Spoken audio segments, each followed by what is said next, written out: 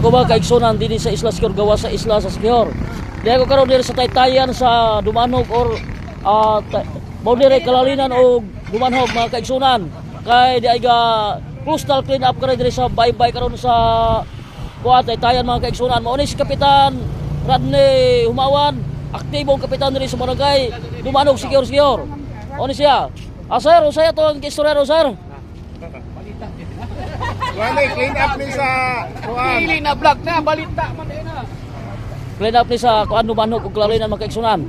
Okay. Sa mga foreigner na eh. Sa mga foreigner. Oh, ilalim niya kuan. Oni sila mga aktibong kuan diri sa barangay official diri sa Dumanog Siquijor. Og diya pa sila mga kaigsunan. Og nya diya po ang mga foreigner. Pasiog da. Sa ma'am. Mana siya tang coral reef. Coral reef in Paris mga kaigsunan.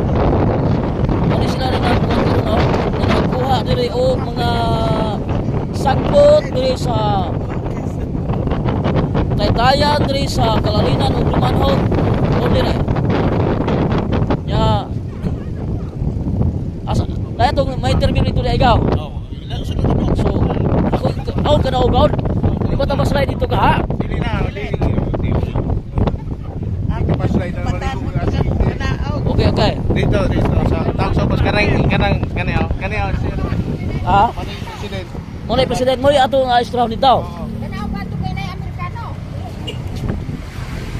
Oray manaog ta mga kaigsunan kay mulantaw ta dito or istorya ta dito sa mga foreigner or mga nagtrabaho dito. Asa na to agyon ma'am? Ato ay hagdan na to dito. Okay. Nangita pa taghagdan mga kaigsunan. O para manaog ta kay lisod pa kayo diretso ta tong lukso mga kaigsunan, di ba? Okay. Yan nakita na to taghagdan mga kaigsunan.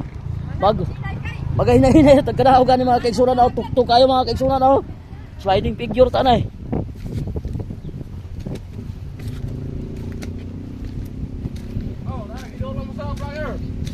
Tara, abot na ang dapat ang usa ka kursyal dari sa barangay Kalalinan, aktibong kursyal si Joey Hudson to ka.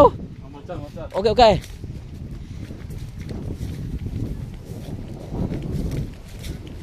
Amo na iga kusla clean up sila karon mga kaigsunan. Ang pasigdahan sa mga barangay official o mga foreigner